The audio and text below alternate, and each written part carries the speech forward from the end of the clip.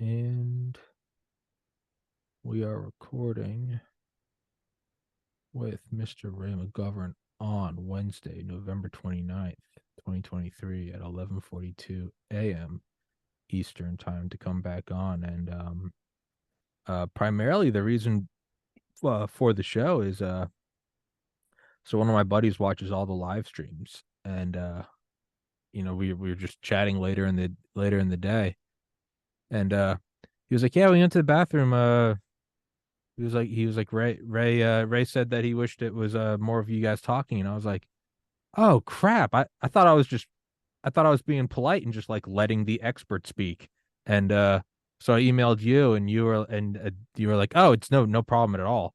But figured, like, why not do another show and kind of, do what I think I do best, is play the devil's advocate. And on a side note, I did want to mention what we were just talking about beforehand, which I thought was kind of funny, which had nothing to do with any of this, but I do want to put it out there so one day I can look back and watch this and laugh.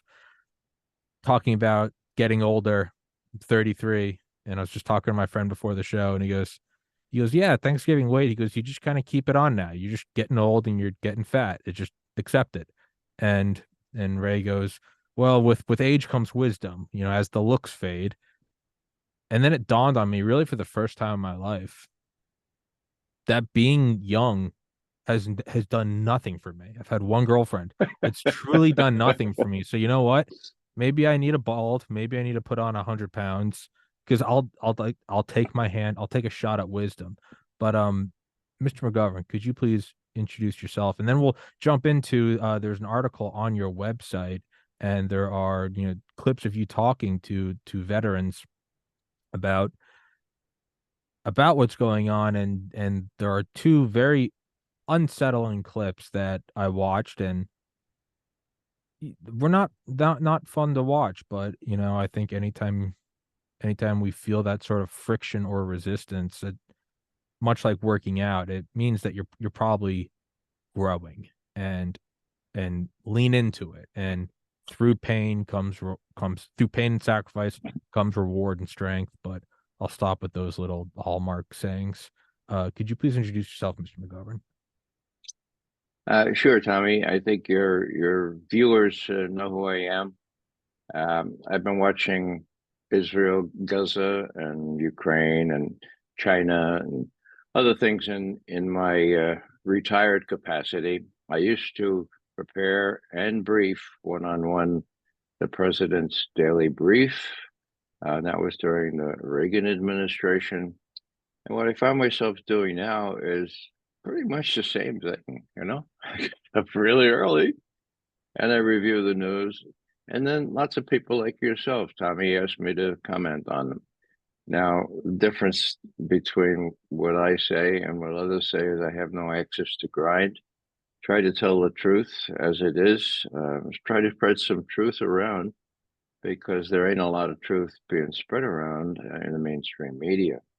That said, when the Gaza thing blew sky high, I was reminded of a delegation that I was privileged to be part of. It was a Veterans for Peace delegation. And we went to the West Bank and to Israel itself and the rest of Palestine, except Gaza. They wouldn't let us into Gaza 6 years ago. And we met people there and we saw things there that are granular in approach. It's not BS. It's not commenting from a desk in Washington or in North Carolina. And so I put this into an article on my website, raymcgovern.com, shared it with you. And what I'd like to do is sort of introduce just two clips. Now, uh, bear in mind that one clip is 2 minutes and the other one is 1 minute. That way that you fall asleep, you don't see it, and it's on the final exam. Tommy, I forgot to say it. It's on the final. Okay. So, Okay. all kidding aside,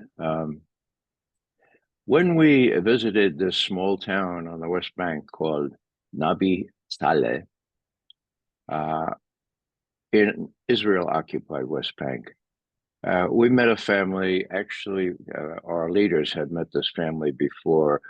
We had arrangements that no other delegation would have had by virtue of the fact that our leaders have been in touch with these people in the West Bank forever. Miko Peled was one of the people who helped us plan this thing. So we ended up in the Tamimi house in Nabi Saleh. Basim Tamimi, the father, the head of this little tribe, and the head of the village, really, had us into his home. And the first little clip, and again, it's just 2 minutes, talks about what he explained and what we witnessed. First, I'm looking at this on my iPhone, and I can't believe it.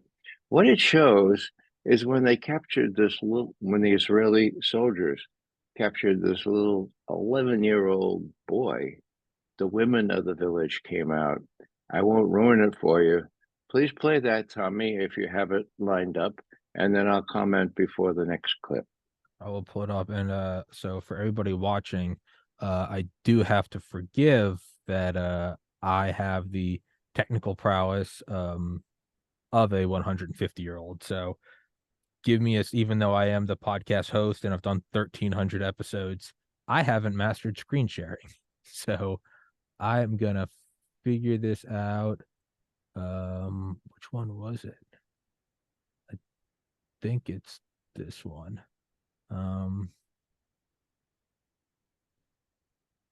There we go. Okay. So the first clip was at 3:54. And again, yeah, for everybody listening, because I know I do this during shows, is if they start playing a clip and you're going on and on, you should be like, all right, I'm not doing this. This is 2 minutes long, and then the next clip is 1 minute long. So bear with us. So here we are at 3:54. Beautiful, wonderful. And you are a hero. Very good. Yes, you are. Yes, you are. Yes, you are. Great.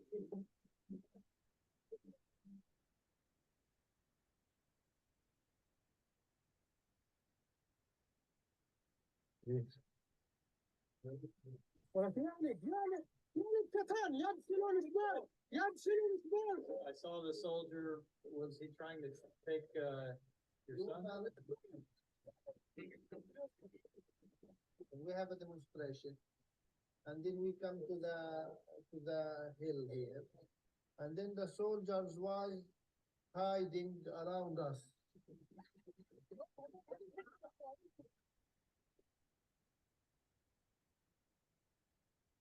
So he was with broken hand, because they shot him before 2 days of this by a rubber bullet.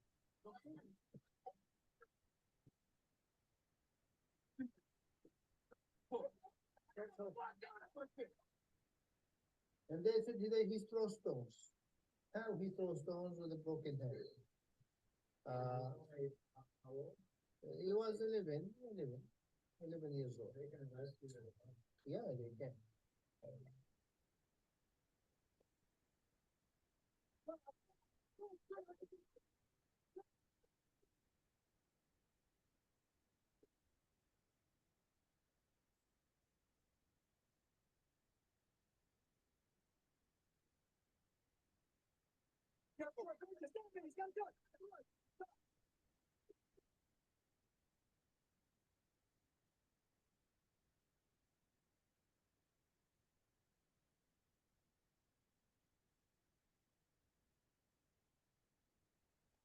They catch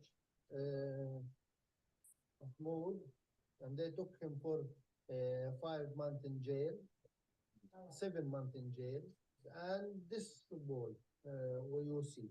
Yeah, we have the youngest prisoners now is 13 years old. They give him 3 years in jail. 13. No, 13. Yes. 3 years in jail. Yeah. You were a big rock star when you were on tour.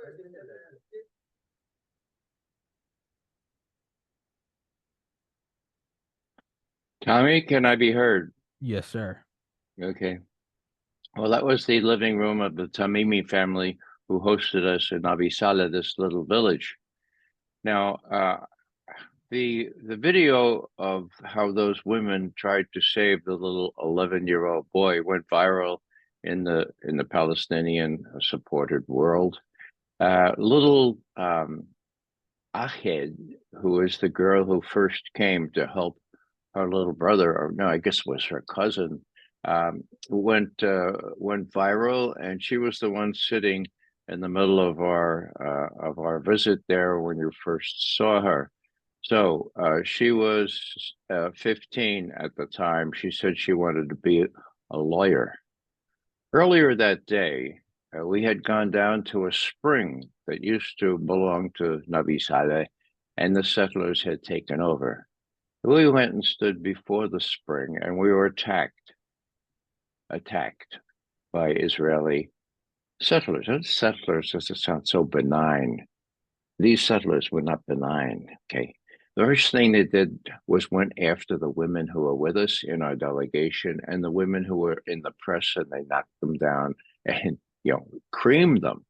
Mike Haynes, who you see next to me in that video, the Marine Special Forces guy, he goes to try to help one of the women who's initially attacked, and this guy comes at him and pretty much pushes him back. And I said to Mike, Mike, for God's sake, you could have done that guy in. I mean, what? He says, Ray, I mean, you were in Army infantry, but in the Marines, we learned that you first you see if they're armed, right? He had a pistol on his belt. They all were armed with pistols, and some of them had rifles. Let's suffice it to say, it went really bad. It was really ugly. And the Israeli police came, and what did they do? They protected the settlers, not the inhabitants of Nadi Saleh. All right.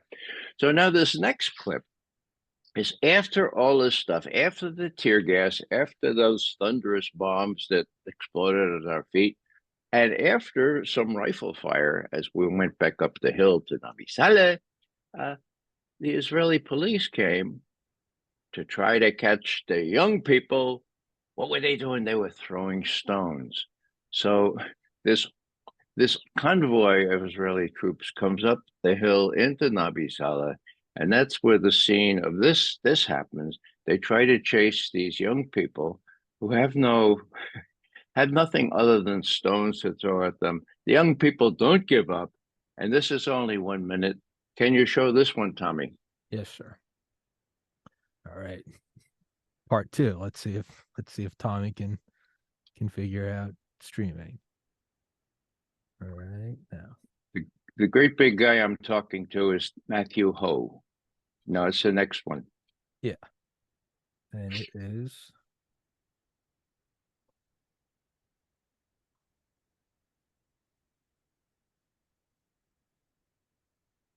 without probation. It's not. That's Basim Tamimi. This generation, how they deal. Yeah. These are the bravest. These are the bravest people I've ever seen. These are the bravest people I've ever seen. Your children are the bravest people I've ever seen.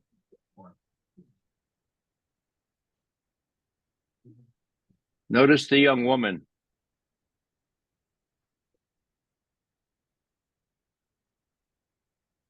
Well, when we were putting this together, we thought it was really important for the group to get a really good sense of the nonviolent resistance and the persistence and the dedication and the long-term steadfastness of the Palestinians in keeping to this nonviolent resistance in the face of really brutal occupation, in the face of a lot of guns, in the face of tear gas, in the face of racism, their refusal to be drawn into that, and how they manage every day to keep getting up and doing this work when the forces of occupation and oppression are coming down on them. Okay, Tommy, I guess that's good. So that was one of the members of our delegation, and she was explaining the significance of that. Now, how's this work out granularly? Okay, well, about 4 weeks ago at 4 o'clock in the morning, the Israeli soldiers came into the Tamimi home and kidnapped Ahed. She's now 22. When she saw me with my arm around her and one of her cousins, she was 15. So it was 6 years ago. Okay. I think that's the math. Where is she now? She was for 3 weeks in preventive custody, and now she's what they call in preventive detention, sine die forever until somebody changes their mind, with no charges made clear to her or her lawyer. That's the way the Israelis try to intimidate the Palestinians. So Ahmed Tamimi is in jail. What happened to her dad? Her dad was trying to get into Jordan, intercepted on the bridge, and he's in jail too. Preventive detention? Yeah, preventive detention. What does that mean? That means without any charge, they can hold you forever. So, what I'm saying here is that this is what happened 6 years ago on the West Bank. What's happening now is worse by far on the West Bank as well as in Gaza. So those who say that, well, the Palestinians have it coming to them, well, it's been 75 years of this stuff, okay? I'll just repeat one more time. When I was 9 years old, 1948, we rejoiced that the Israelis had their own country finally. The Israelis, the Jews who were persecuted during World War II. And nobody told anybody that there were already people there. They were called the Palestinians. How many? Well, between 700,000 and 750,000 Palestinians were driven out of what became Israel, and half of those ended up in where? Gaza. So the people there today are direct descendants of people who were already driven out. Now the people in Gaza have been driven out of the northern part of Gaza. They're in the south. And God knows what's going to happen tomorrow if the ceasefire. No, it's not a ceasefire. It's a humanitarian pause in the genocide.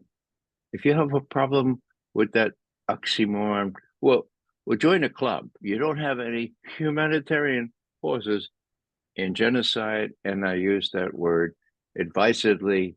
It's a textbook case of genocide, the more so since the Israeli leaders are bragging about denying food, water, fuel, and the rest of it, except for one or two humanitarian pauses. And the worst, of course, Tommy, is that Israel couldn't do this without the support of the American people.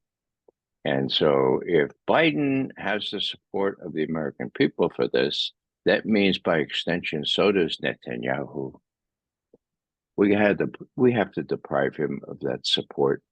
Netanyahu bragged in 2001 in a conversation that was recorded, and he didn't know about it. He bragged. He said, look, we have to make the Palestinians suffer so much. We have to create chaos there so they'll leave or they'll just give up, okay? And the hostess of the house in which she was meeting, she was one of his constituents. And she says, but Mr. Netanyahu, won't they call us occupiers? And won't the U.S. object? And get this, folks. This is a direct quote. You could see it's on YouTube. Netanyahu says, the Americans, they can be easily moved in the right direction. 800,000, 80% of the Americans support us. It's absurd, period, end quote. So Netanyahu is saying 20 years ago that his support is 80% in the United States, and it's absurd. Well, it's still absurd, the support he has, but it ain't 80% anymore. And we Americans have to make that clear to the Biden administration that they don't have our support for genocide, and neither does Netanyahu. So, and I'd like to believe this about myself. As you said, to copy you, because I don't have an original thought in my head, so I'm just going to copy you, Mr. McGovern. But I don't have an axe to grind. I don't have a point to prove, and I'm sure someone could find a flaw in that. But for the same reason that you worked at the Central Intelligence Agency for 20 years. Weekly, I have on Miss Claire Lopez, who worked at the Central Intelligence Agency for 20 years. And you both have diametrically opposed opinions on Russia and Ukraine. And that's why I always loved having on both of you, is because not just to appease people who thought I was taking one side, but it was really just because to me, I'm like, drop the ego, drop, what I think is right. Don't attach your ego to something. Like if somebody's attacking a point, it's not that they're attacking you. Like remove that and look at it in a cold scientific manner. And I saw both sides. I talked to you and we talk about how, it was an existential threat for Russia. And then I'd interview Ukrainian refugees. And I'm like, well, these are people. But the most part, I try to at least just put it all out there for other people to, to decide. A lot of criticism I get is that I don't push back. But the reality is if you want to see pushback and confrontation, go on Twitter and just watch the animals fight all day. Like I'm not here to do that. I'm delivering the information. I'm the messenger, and y'all make up your mind. So that preface to say, leading up to this, I've tend to be more sympathetic to Israel. I'm biased. I've interviewed one of my early guests was a member of Sayeret Matkal, and I loved that episode. And some of the Delta Force Tier 1 guys I interviewed are all also, they worked in Israel, and I've become friends with them. So admittedly, I probably have a conscious and subconscious drift to that side, and one of my very good friends is Jewish. That being said, you also can't not watch those videos, and it's when we go, well, why did 9/11 happen? Were we attacked because of our freedom, or were we attacked because of, how we were treating the Middle East? I don't know. But as horrific as October 7th was, I have to look at it and go, well, why did it happen? Now, I imagine if I was in Israel, I would say, I don't care how or why it happened. My mom died. Now I'm going to go kill you all. I get that. I get the microcosm of, I'm alive in 2023. If somebody tried to explain to me how, the fall of Constantinople, if I'd be like, will you shut up? Like, I'm here paying bills now. There's a presidential election next year.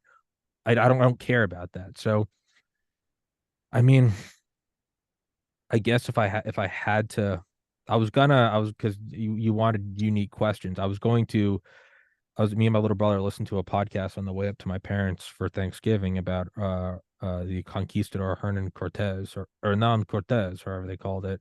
And though vicious, what I really took away from it is might makes right. Just it doesn't make it objectively right, but historically, no one cares about what is right or wrong. It's who has a bigger stick.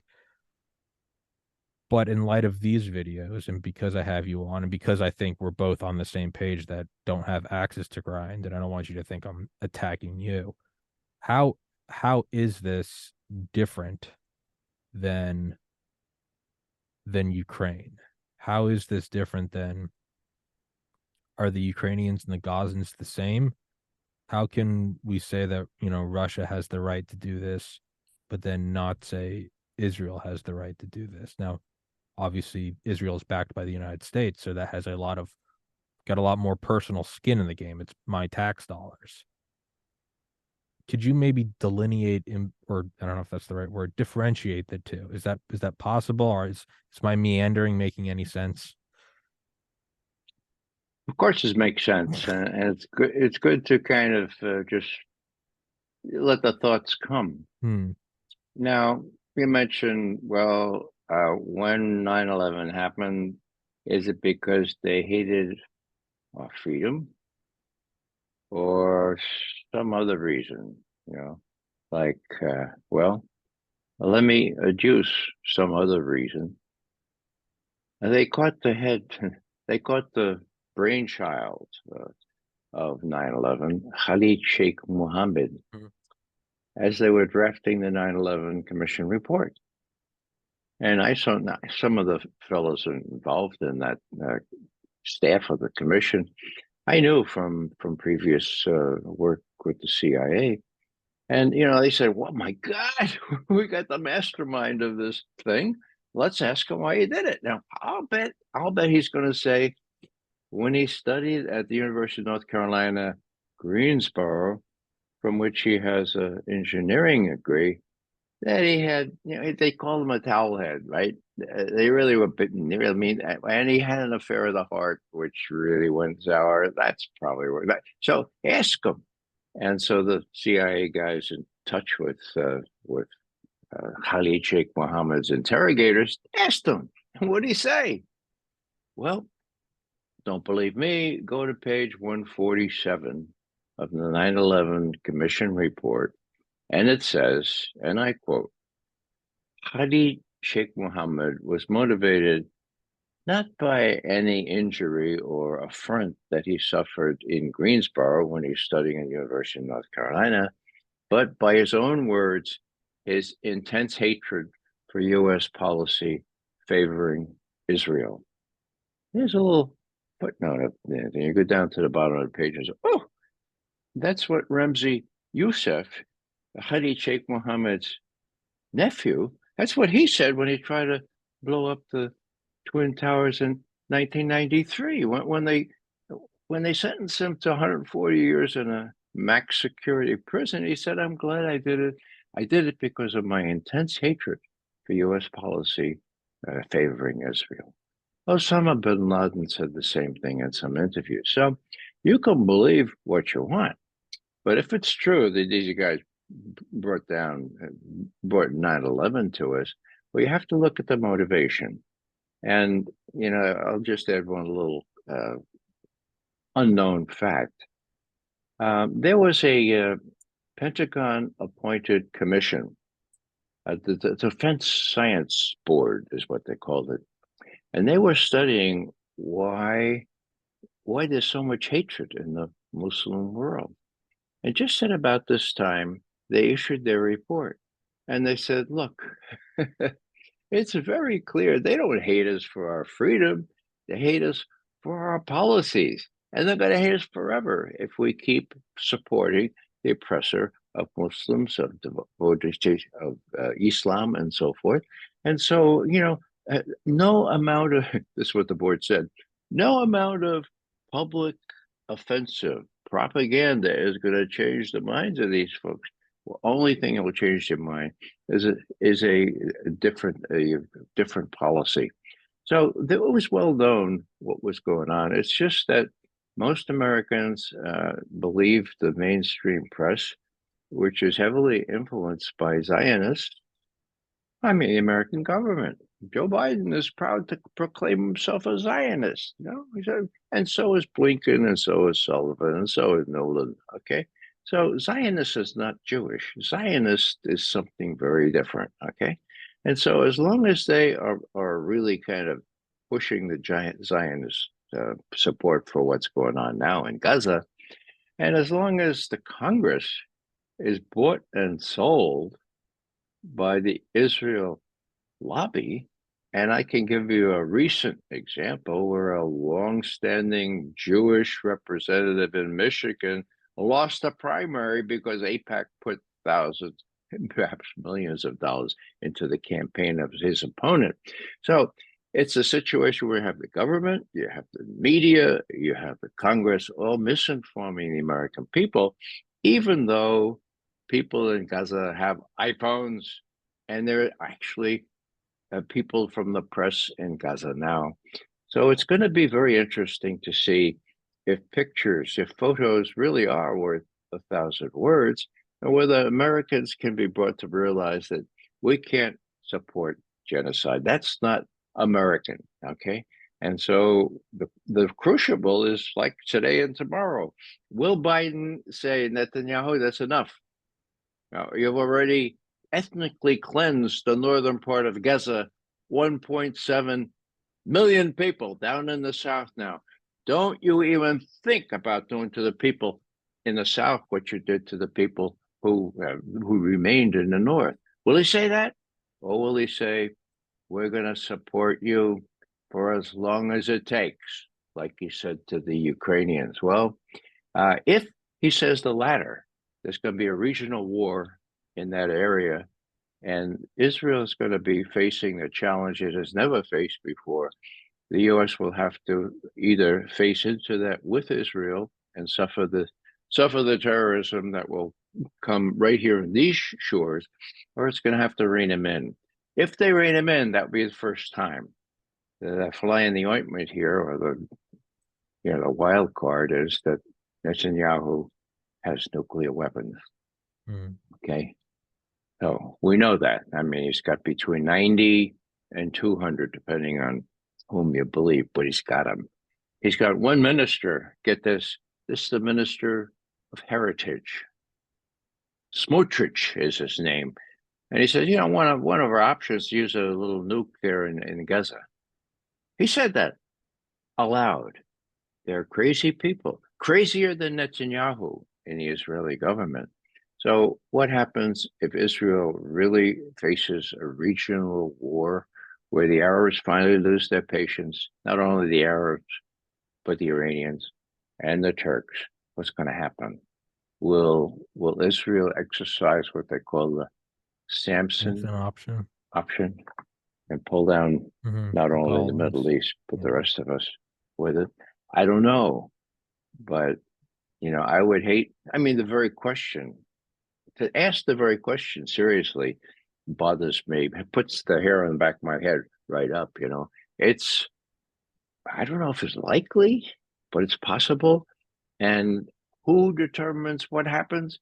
We do. The people in the White House, and they are, until now at least, thoroughly biased, don't even realize that the whole rest of the world is against them.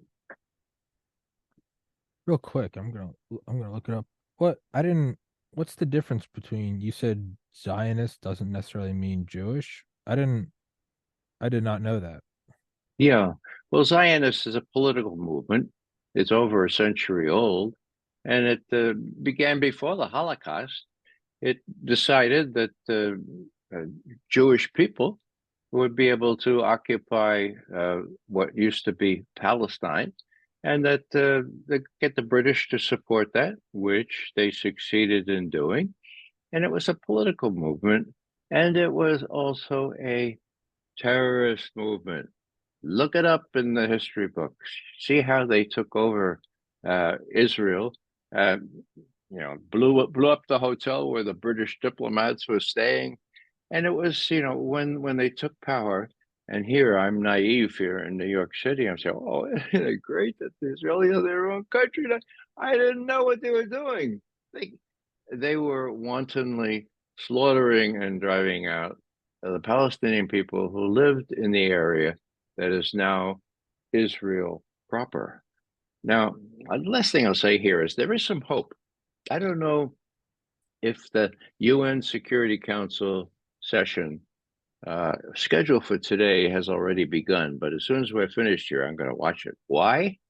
Because the Chinese are president now of the UN Security Council. And what does that mean? Well, that means they can have more influence than just any ordinary member. And who has come in from China to be president today? Wang Yi, not only the foreign minister of China, but a member of their ruling Politburo, which means he's a very, very strong, a very, very powerful person in the Chinese government. Now, if I were Wang Yi, which I'm not, it would be simple. I would simply say, there is a UN security resolution adopted unanimously on the 22nd of November, 1967, that requires Israel to remove its troops and stop occupying the occupied territories that they seized earlier this year, 1967. Unanimous, okay?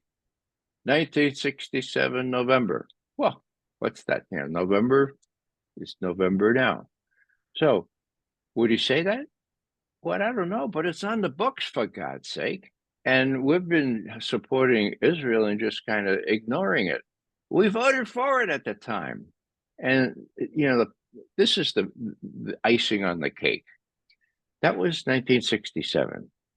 We were told that the Arabs were massing in the Sinai, are about to attack Israel. Okay, now the former Israeli president, Menachem Begin, admitted 1982. So do the math, 67, what was that, 15 years later, he's speaking at a major speech there in Washington, D.C. What does he say? He says, okay, we have to be honest. The Arabs weren't about to attack us in the Sinai or anywhere else. We decided to attack them, okay? And that's the truth there. We're going to be finally honest. We saw this as an excellent opportunity to attack them. And everybody, yeah, well, So there is no Arab lobby in this country. There is a very strong Israeli lobby, but there's also people who seek the truth and to seek to act on the truth. And those are the people who are out now en masse. Jewish Voice for Peace, for example, of which I'm proud to be a member. Shut down Grand Central Station, right? Shut down the Brooklyn Bridge, if I'm correctly informed. People feel very strongly about it, including real Jews, not Zionist Jews. And so I'm hopeful that this will have a more salutary outcome than appears to be the case right now. A lot depends on what happens at the UN today, I dare say, and what kind of advice Biden is giving to Netanyahu. Will he say, look, this is not just rhetoric where I'm telling you to do a very careful genocide. We'd really like you to do no genocide, and we'll help you figure out what to do, but don't kill all those people in the south part of Gaza now, or else we withdraw our support, and that's the bottom line. Israel cannot do this without our support. Biden has given full-throated support, arms, everything else pouring into Israel. He's got to stop that. And if we're a democracy, we should be able to rise up and stop it despite the odds in Congress, in the media, and in the administration itself. And I don't know if you can hear that, but somebody is using a power tool above me. I think it's a drill. Can't hear it. Okay, good. So I did not know that the separation of being Zionist or Jew. I guess I always just put the two together. So personal retraction. So when this first happened, I had on Claire and I was talking about, I was like, Israel has every right to go stop this from happening. And because I was like, yeah, I am pro-Israel on this. And I think I said I'm Zionist, which I am now realizing is wildly incorrect. I'm going to continue to try to play devil's advocate and keep an open mind. I do tend to side with it in a vacuum. I do tend to side with them in the wake of October 7th. It very much in the same way that I can't say with a straight face that, if I was 33 in 2001 instead of 11, that is very distracting. If I was 33 in 2001 instead of 11 years old, and today's November 29th, so it's been 1 month and 22 days, call it 50 days since the attacks. If somebody started talking 50 days after 9/11 about, hey, are you aware about our history and our geopolitical influence in the Middle East? Like, there's a good reason why those towers were knocked down. Even if they were objectively correct with facts and figures, I don't think on a good day I would be able to separate the 50-day-old memory of people jumping to their deaths. So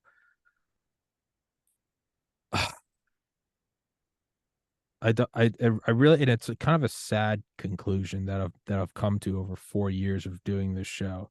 It had nothing to do with you or this episode or what's going on right now, but just a general overall conclusion as I do more episodes, and I don't like it, but it seems that it's a zero-sum world, and that might makes right. And I'd rather be in a position of more power and have the luxury to examine and question what we're doing and say, is this anti-humanitarian? Is this genocide? As opposed to, I'd rather have a gun and be able to decide whether or not I want to shoot someone, as opposed to sitting in a room with someone with a gun and really hoping that they decide not to shoot me. And that's no one's fault. That's a reflection of the world we live in. And then we kind of get into higher, like, philosophical themes of, well, is it a zero-sum world? Is there an afterlife? Is there an all-knowing, loving God? And your actions here, they're not for naught. And that's kind of beyond the scope of this. And unless you have the answers, but I've yet to find anyone that does. Does Well, that make sense, what I'm saying? yeah, Tommy, it's really good that you're kind of emoting here, that you're kind of sharing your real feelings, because so many Americans identify with that.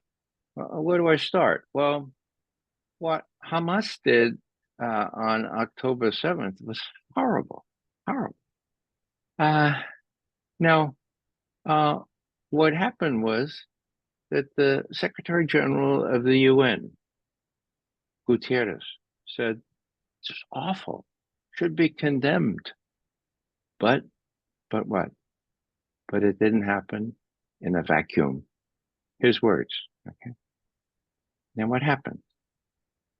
The next thing you know, the Israeli representative to the UN is calling for his removal, calling for the removal of the Secretary General Gutierrez. First time in history that I think a UN Security Council member called for the removal of the Secretary General. Why?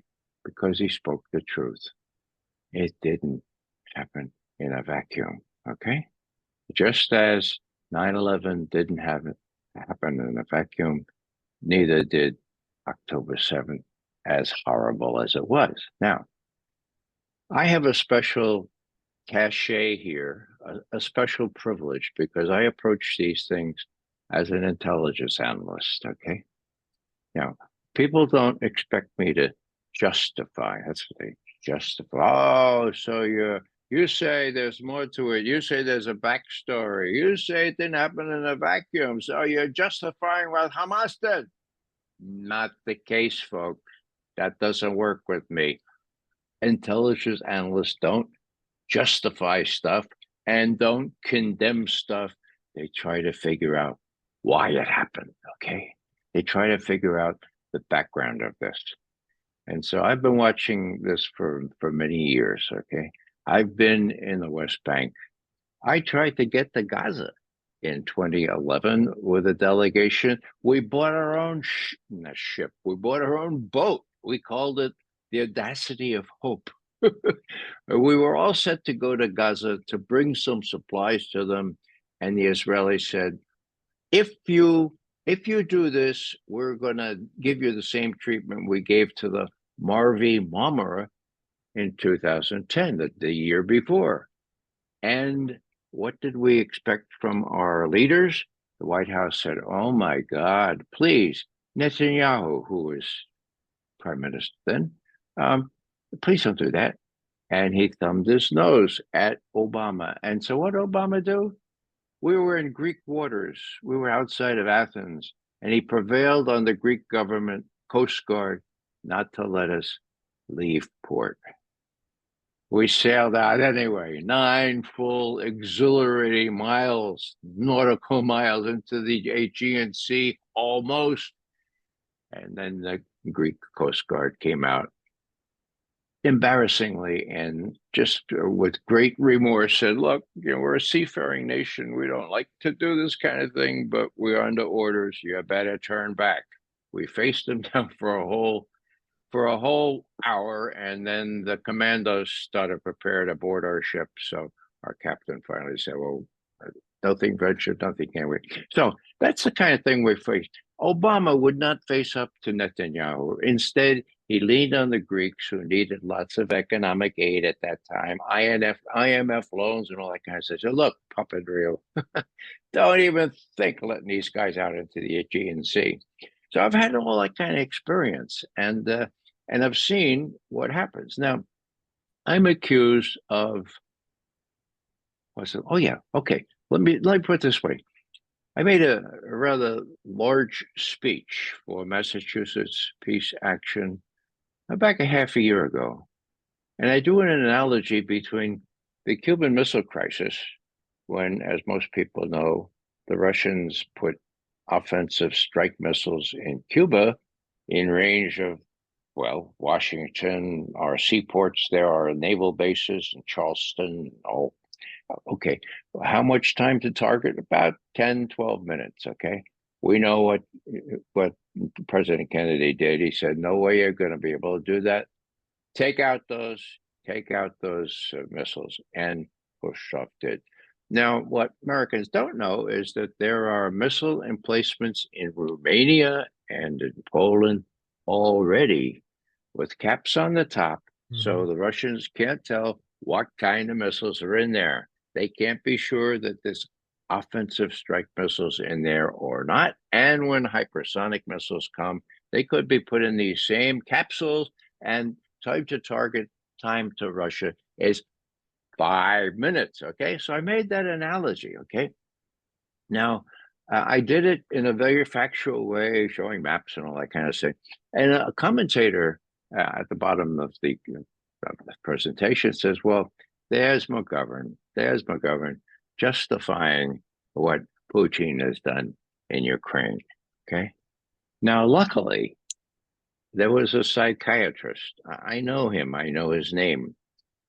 He commented, now, Mr. Commentator, I just can't. I watched McGovern's speech, and then I watched it again just now.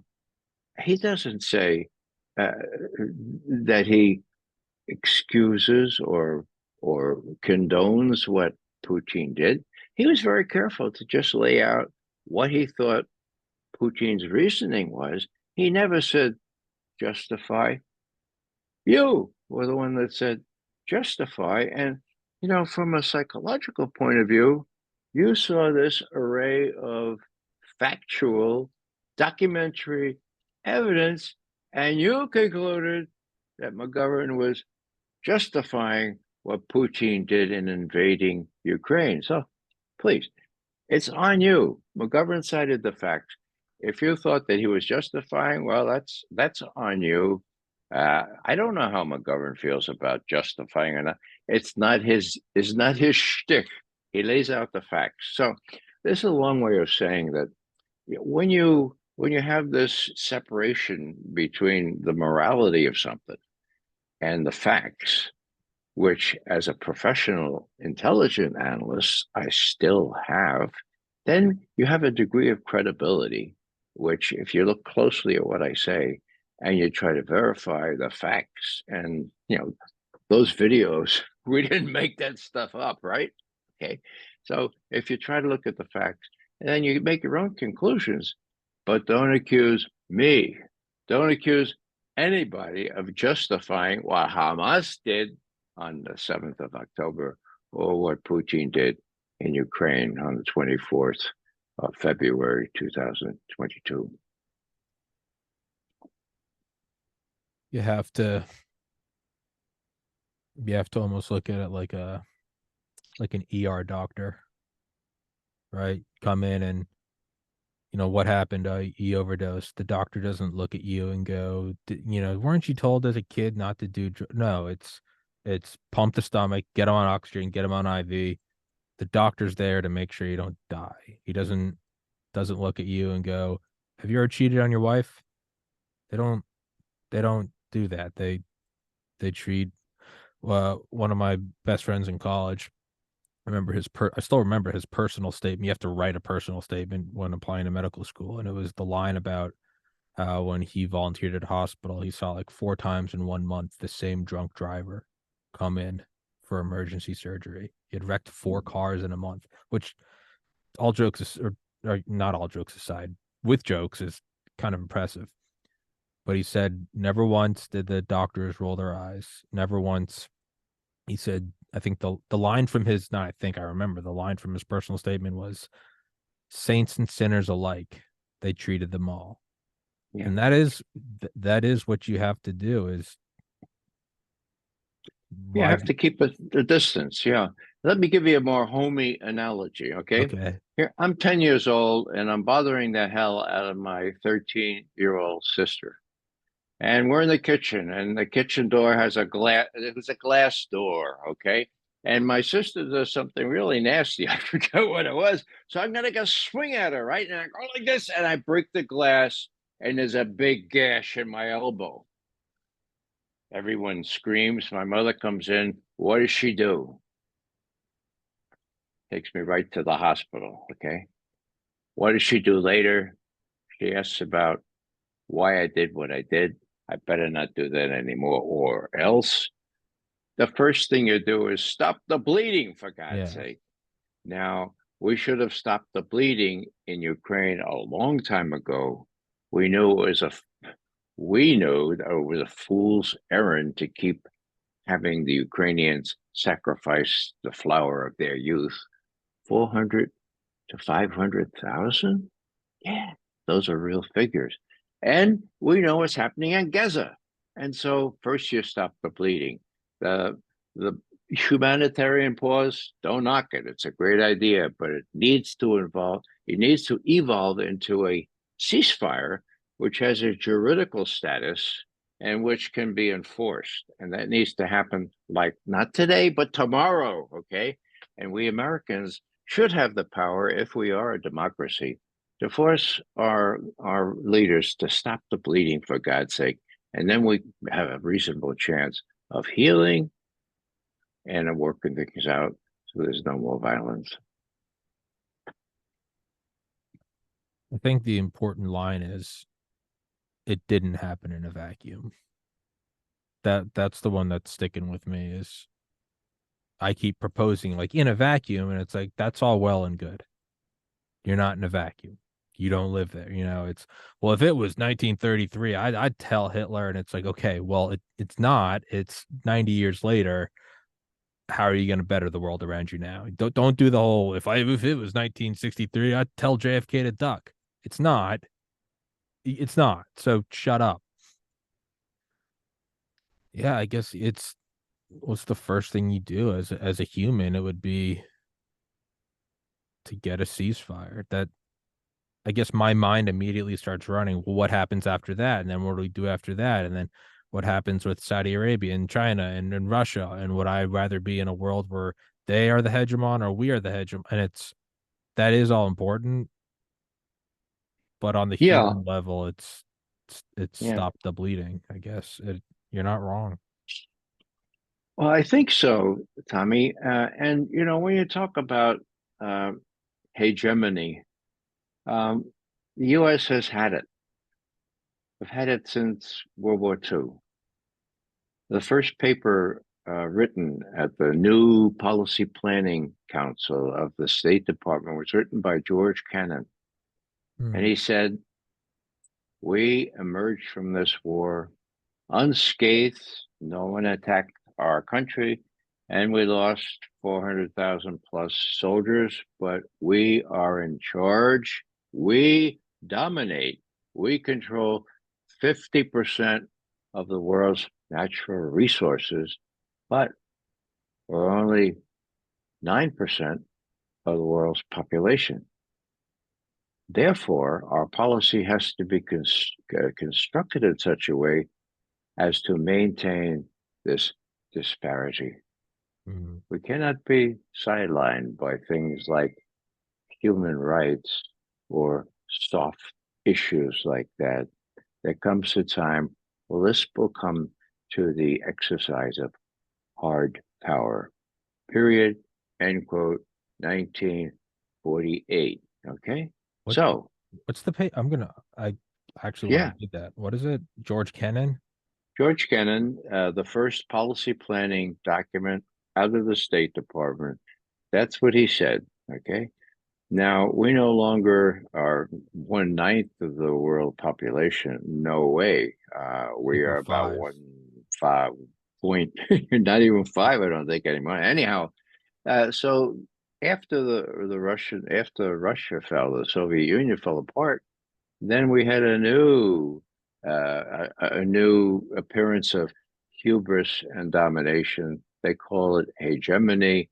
We need to exercise leadership. We call it. It's really hegemony. It comes from the same Greek word, hegemone, which means to not only dominate but to lead. So we talk about leading.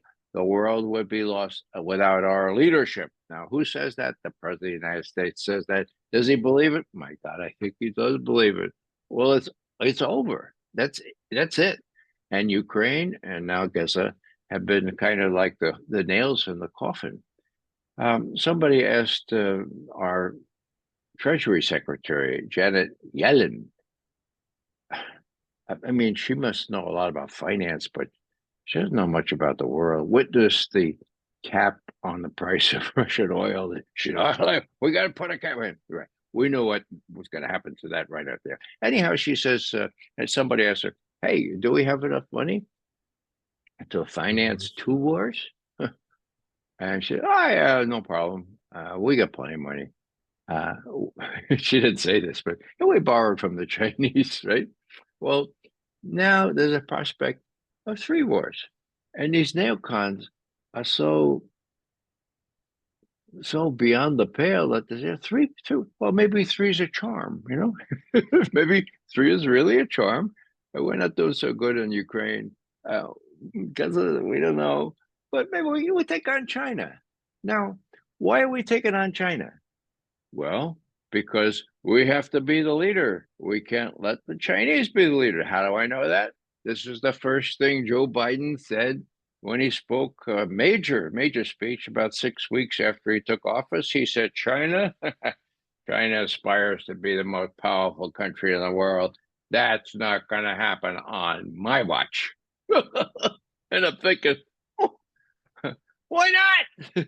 The Chinese have an attitude of win-win.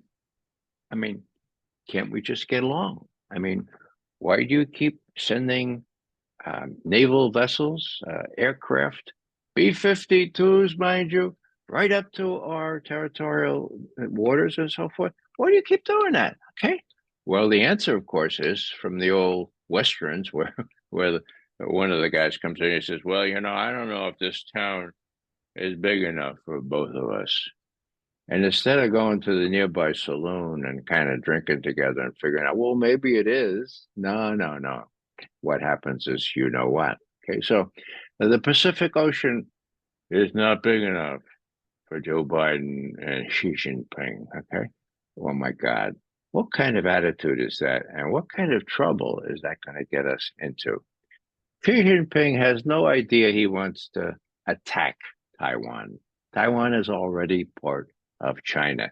That's the deal. It was made in 1972 by Nixon and Kissinger, and then the Mao and Zhou Enlai. Okay, so what's all this business about defending Taiwan? Well, there's a lot of people make a lot of money from defending Taiwan, and if we decide to double the size of the naval fleet we have in the Pacific, oh man, the Lockheeds and the Raytheons, the General Dynamics, oh man, you know, there's 1% in our country, Tommy, that's just really doing really well over the last several years. They will continue to do well unless people say, well, what is this win-win thing, Xi Jinping? I mean, how would that work out? The way it would work out is you give up the notion that you're the sole exceptional or worse still indispensable country in the world. We're all the same. We ought to get along. There's no reason why China and the United States could not get along were it not for the fact that people profiteer on tension. And that's precisely the reason behind Joe Biden saying, and his outlook, you know, we're the hegemon. This this ocean, this Pacific Ocean, big as it is, ain't big enough for both of us. So did Xi Jinping come back and say, well, the Caribbean, that's pretty small, but we're going to start sailing ships in there? No, there's a Monroe Doctrine. Why can't China have a kind of a Monroe Doctrine and stop these flights and stop these naval maneuvers right on China's shore? I genuinely believe that we don't want the war in Ukraine to end, that we want a greater war to happen between Israel and Gaza, and that we want China to move on Taiwan. It's not that can we afford 2 wars or 3 wars. It's can we afford not to have them? Not just in the sense that you make money off wars like, the war on terror, but it's also, and this is me trying to pull my analyst, just separate the morality. I don't think we're just gonna. I don't think the existing hegemon is just gonna go quietly into that good night, and that could spell global thermonuclear Armageddon. But I think we are doing all of this to. It's a cover for ramping up munitions, and I think that we're in the end, when it's all said and done, we'll look back and it will be a monstrously weakened China and a more powerful United States, and it will be at the cost of probably tens of millions of lives. But I legitimately believe that's where this is going, and I think we're engineering it. I really do, and it's painful to say that because I have the flag behind me, and I love it so much for what it stands for. But trying to pull my Mr. McGovern, remove emotion. Don't tear up. Don't get jingoistic. Remove it all. What do you, surgeon? What do you see? If I had to put money on it, that's what I would say it is, and it's horrifying, and it's filthy. But that's what I hand on my heart. That's what I legitimately believe, and that it hurts to say that. Well, Tommy, that's a legitimate and defensible belief. As hard as it is to articulate it, I think there are ways that we Americans can make a difference. If we get off our rear ends, and in my case, stop just writing articles or giving interviews. Don't stop doing interviews. That's good for me. I've been at 2 major demonstrations here in this little town of Raleigh, North Carolina. People say, little town? It's the capital, isn't it? It's still a real little dwarf compared to what I'm used to in Washington, New York. Okay, so what do we have? We have thousands of people out there. They all have the keffiyeh on. And so the organizer says, just out of curiosity, how many people are of Palestinian extraction here? Raise your hand. About 1/20th. How many have no affiliation with Palestine? All the rest of them. Okay. So there's a native feeling of justice here in the United States. It needs to be recalculated, needs to be redone and put into place. But I think that enough American people are worried about and concerned about what justice or injustice, genocide. If genocide doesn't get you upset enough to do something about it, well, then we're all lost. Now, the nuclear thing is maybe what we should end on, or at least approach the ending. Is there going to be a nuclear exchange? Well, in the scenario that you had used, probably. Okay. But it need not be so. Who would be likely to initiate a nuclear exchange? Well, it's textbook case history here. that except for what we did in Hiroshima and Nagasaki, it would be the loser who would initiate, the one who's losing the most. I mentioned the Samson option in Israel. Let's talk about Ukraine. So the reason why the United States has never directly challenged Russia militarily and vice versa is because everyone knew that a nuclear war was the main thing to avoid. You don't want to, as John Kennedy said in that wonderful American University speech, you don't want to drive a nuclear power into the humiliating position of having to use the nuclear weapons. So in Ukraine, despite Joe Biden telling us 2 months ago, Russia has already lost, Ukraine has already lost. So what does that mean? Whoa, in the next couple of months, it become abundantly clear that all those billions of dollars and all that great advice we gave to the Ukrainian military all washed away. What's Biden going to do then? Okay, that's the question. And you mentioned these guys are a little crazy. Well, I mentioned these guys are more than a little crazy, and they have an election coming up. And that election is all important to them, not only from a hegemonic sense, but from a personal sense. If Trump wins, let's just lay it right out there. He's everyone would expect him to be very vengeful, given what happened to him over the last 7 years. Okay, is there evidence enough to put not only Hunter but his daddy, not only Blinken but Sullivan in jail? There is. It's in court testimony. They would pursue those actions. So what I'm saying is these guys have a personal incentive not to lose the war in Ukraine and not to lose the election. Otherwise, they might lose their freedom. So would they? Would they say, well, we don't have any more cluster bombs? Well, we don't have any more depleted uranium. The 155 shells that we had, we're giving them to Israel. Well, maybe, yeah, that's what we do. We'd have a little mini nuke just to show those Russians that we're serious and we're not going to lose in Ukraine. Is that possible?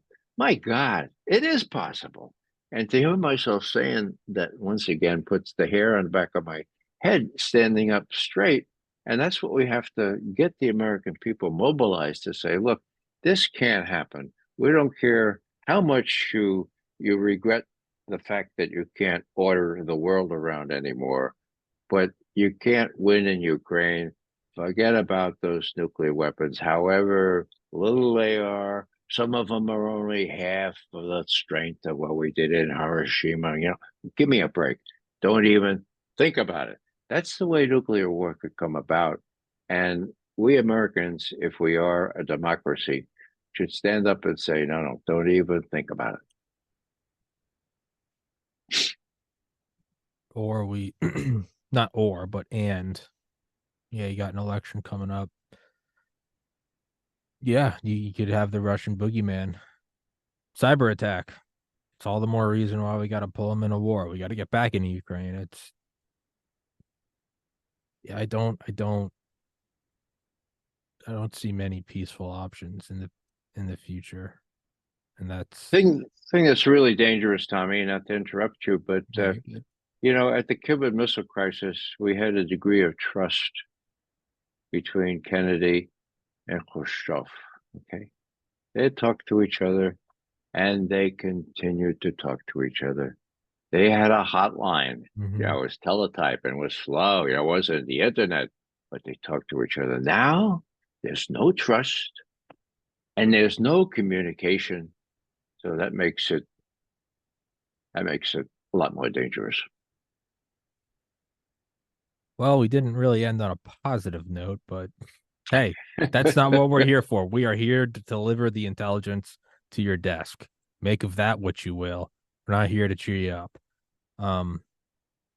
Yeah, but for now, Mr. McGovern, let's wrap this one up. I gotta prepare for the next one. But yeah, I mean, yeah, I'm kind of speechless with all. I think it's just do what you can and it's stop the bleeding. I don't know who's going to control lithium reserves in 2055. For now, maybe less kids getting blown up. I think that's a reasonable goal. And that's probably all we can do. So I would say, stop the bleeding. Guys, please go into the description. Please go visit his website. Is it raymcgovern.com or .net? I think it's .com. .com. Yeah, it's in the And description. I got it right. I'm on Twitter as well, at Ray McGovern. I'm banned from Twitter, and iTunes, and Reddit, and YouTube. But hey, whatever. You must tell the truth, Tommy. That's how Or I know. you must have strange people on like me. Yeah, that's how I know we're good analysts. If everyone hates me, I feel like I'm walking the middle path. And I'm like, there we go. There we go. If everyone's got a problem with me, I'm like, okay, there we go. But yeah, Mr. McGovern, thank you so much for your time, sir. Thank you for coming on again twice. I mean, twice in a week. That's awesome. And yeah, I look forward to having you on here again. And I will send you the link to this episode. And if we don't speak anytime soon, Merry Christmas. I hope we do. And But same to you, Tommy, and to your audience. Thank you, sir. It's November 29th, and I just said Merry Christmas. I'm becoming the problem. I am the Christmas music that happens after Halloween. I just said Merry Christmas. It's not even December. This is my fault now. But Mr. McGovern, thank you so much for your time, sir. Most welcome. Thank you. Until next time, God bless. And again, thank you for your time. Guys, thank you for watching. Please go into the description. Please go visit his website. Please go follow him on Twitter. And look forward to the next one, man.